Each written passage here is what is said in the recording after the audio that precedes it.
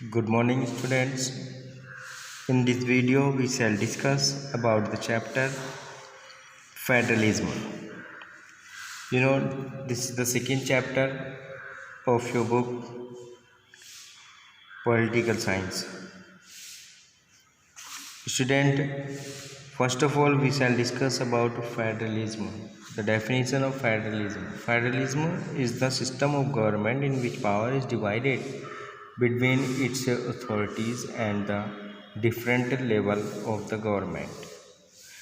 Federalism एक वो system है जिसमें पावर डिवाइड होती है सेंट्रल अथॉरिटीज़ में और जो उसकी जो अदर कॉन्स्टिट्यूएंट यूनिट होती हैं कंट्री की उनमें। कॉन्स्टिट्यूएंट यूनिट जहाँ पर वोट वगैरह होते हैं और सीट्स लोकसभा और राज्यसभा की सीट्स डिवाइड होती हैं, उस एरिया को कॉन्स्टिट्यूएंसी बोलते हैं। तो उनके बीच में पावर डिवाइड होती है। So overview of the chapter what is federalism I have already discuss. और फिर हम देखेंगे की फीचर्स ऑफ फेडरलिज्म, फेडरलिज्म के की फीचर्स। उसके बाद टू टाइप्स ऑफ फेडरेशन के बारे में इसमें हम डिस्कस करेंगे और वो कौन कौन से हैं, कमिंग टुगेदर फेडरेशन और होल्डिंग टुगेदर फेडरेशन। और फिर हम देखेंगे what makes India federal country, हमारे कंट्री को फेडरल कौन सा सिस्टम बनाता है। फिर separate jurisdiction and list of subjects. तो हम सेपरेट जुरिस्डिक्शन न्याय से संबंधित अलग अलग न्यायपालिका से संबंधित हम डिस्कस करेंगे और लिस्ट ऑफ सब्जेक्ट्स, जो सब्जेक्ट्स हैं उनकी लिस्ट को हम देखेंगे। यूनियन, स्टेट और कॉन्करेंट, ये तीन तरह की लिस्ट हैं जिसमें यूनियन गवर्नमेंट, स्टेट गवर्नमेंट और दोनों मिलकर कॉन्करेंट लिस्ट के लिए वर्क करती हैं। फिर हम रेसिजुअरी सिस्टम देखेंगे इसमें। फिर special status, union territories, constitutionally guaranteed power sharing arrangement. How is federalism practice, federalism कैसे वर्क करता है। तो लिंग्विस्टिक स्टेट में ये किस तरह से करता है, लैंग्वेज पॉलिसी कैसे फॉलो की जाती है, और centre state relations, linguistic diversity of India, decentralisation in India. तो अब हम देखते हैं इसमें। पिछले चैप्टर में हमने देखा था बेल्जियम और श्रीलंका में पावर शेयर हुई थी और पावर जो थी वो कुछ लैंग्वेज के बेसिस पर डिवाइड की गई थी। अब इसमें हम देखते हैं unlike the absolute monarchies of ancient and medieval period of history और totalitarian dictatorship practised in some countries today. अब भी हम देखते हैं वर्ल्ड के कुछ पार्ट में हिस्ट्री के, जैसे हमने हिस्ट्री में देखा है वर्ल्ड के कुछ पार्ट में जो है डिक्टेटरशिप अभी भी जारी है। A modern democracy is characterised by multiple type of government operating at a different level. और डेमोक्रेटिक सिस्टम में हम देखते हैं कि गवर्नमेंट जो है डिफरेंट लेवल पर वर्क करती है। उनकी कॉन्स्टिट्यूएंशली वो जुरिस्डिक्शन के रूप में वर्क करती है, जिससे जो पावर है उसको सही से यूज़ किया जाए। बेल्जियम के केस में और श्रीलंका के केस में डिस्कस किया था, जो देखा था हमने उसमें जो किस तरह से गवर्नमेंट का जो नीति रही है एक कंट्री में वो एक लार्ज एक्सटेंट पर डिपेंड करती है। How power is divided and share among different governing constituent, किस तरह से पावर जो है डिफरेंट गवर्निंग कॉन्स्टिट्यूएंट में वर्क करती है। Based on the extent to which power is shared, जिस बेस पर पावर शेयर की गई है इन डिफरेंट कॉन्स्टिट्यूएंट में, एक कंट्री में either opt from a federalism और फेडरल फॉर्म ऑफ गवर्नमेंट और अ यूनिटरी वन। तो इसमें जो है एक country federal form of government को या फेडरलिज्म को फॉलो कर सकता है या फिर यूनिटरी जो है उसको फॉलो कर सकता है। Taking a clue from the example of Belgium, Belgium के एग्जाम्पल से कुछ आइडिया लेते हुए हम ये जो है फेडरलिज्म को समझने के बारे में डिस्कस करेंगे कि जो किस तरह से फेडरलिज्म जो है डेमोक्रेटिक सोसाइटी में प्रभावपूर्ण वर्क करता है। अब हम देखते हैं डिटेल में फेडरलिज्म रियल में है क्या। तो फेडरलिज्म एक सिस्टम है गवर्नमेंट का जिसमें पावर सेंट्रल अथॉरिटीज़ में और जो कंट्री की अदर यूनिट्स होती हैं कॉन्स्टिट्यूएंट यूनिट्स उसमें पावर डिवाइड होती है। सामान्यतः एक फेडरेशन के दो लेवल होते हैं। एक फेडरेशन में गवर्नमेंट के एक तो सेंट्रल गवर्नमेंट जो पूरे कंट्री को हैंडल करती है और एक लोकल सेल्फ या स्टेट गवर्नमेंट जो डे टू डे मिनिस्ट्री का वर्क करती है स्टेट की। दोनों ही जो लेवल हैं गवर्नमेंट के वो अपनी पावर को जो है इंडिपेंडेंटली एंजॉय करते हैं। It deserves mentioning here that in a unitary system में जो है फेडरलिज्म के तरह के अलग either there is only one level of government. Unitary system जो होता है उसमें केवल गवर्नमेंट का एक ही लेवल होता है और there are sub units that are subordinated to the central government, या फिर इसमें सब यूनिट हो सकती है जो सेंट्रल गवर्नमेंट के सबऑर्डिनेट होती है। Moreover the central government is a unitary system. Central government जो है एक यूनिटरी सिस्टम है, can pass an order to the provincial और the local government and the latter has to obey this.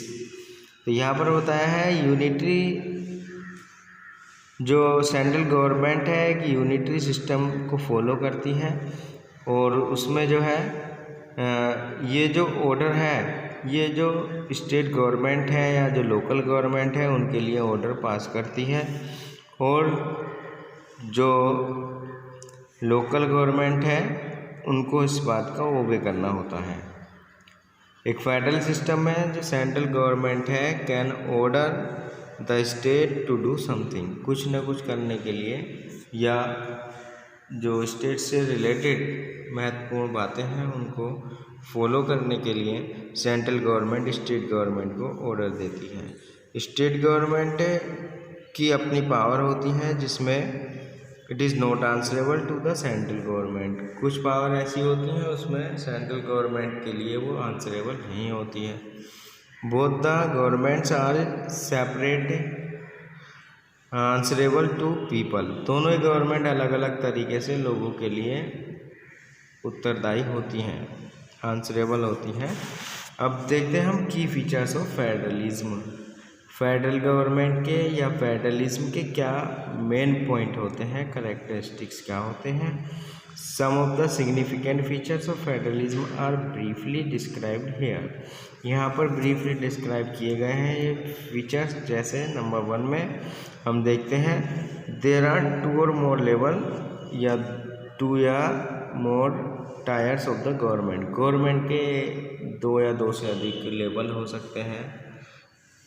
Different tyre of government यानी different level of government के जो है वो गवर्न द सेम सिटीजन, वो अलग अलग हों लेकिन वो एक ही सिटीजन को गवर्न करते हैं। But each tyre has its own jurisdiction in specific matter of legislation, taxation and administration.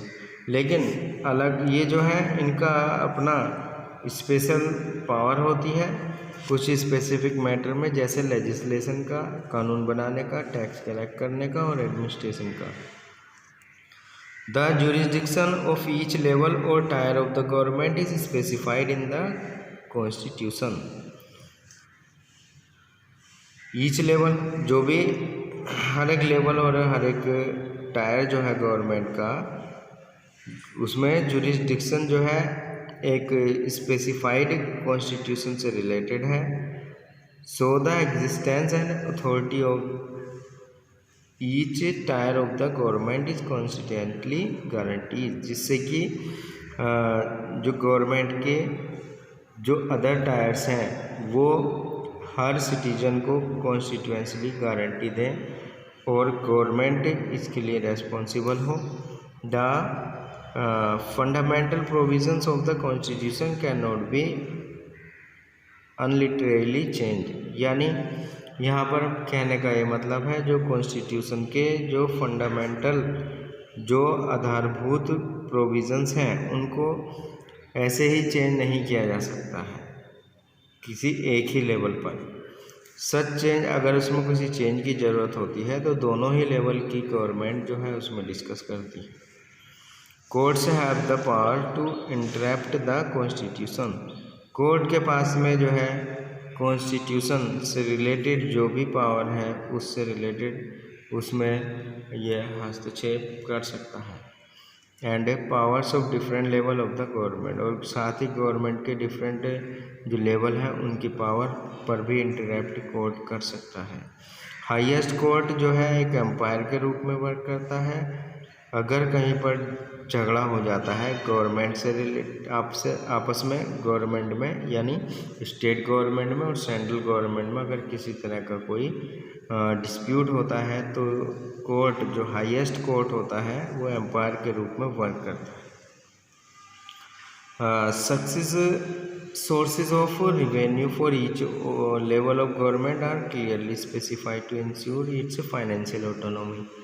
Financial condition को इम्प्रूव करने के लिए स्टेट की या सेंटर की तो रिवेन्यू के जो सोर्सेस हैं वो हर गवर्नमेंट के अपने अलग अलग हैं, उनको स्पेसिफाई किया गया है।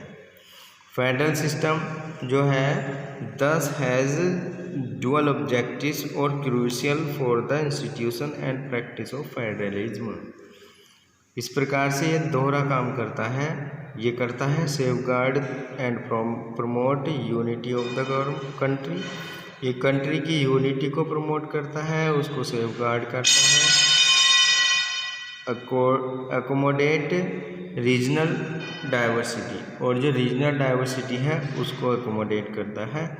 ये जो आइडिया है फेडरल सिस्टम का दोनों ही एस्पेक्ट्स इसके अंदर होते हैं, म्यूचुअल ट्रस्ट और एग्रीमेंट टू लिव टुगेदर। दूसरे हम बात करते हैं governments at different level should agree to some rules और power sharing.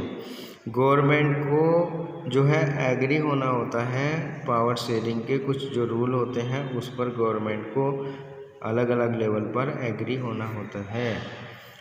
They should also trust that, उसमें यह भी ट्रस्ट होता है कि each would abide by it's part of the agreement, कि हर लेवल को जो है उसके एग्रीमेंट के पार्ट पर सहमत होना जरूरी है।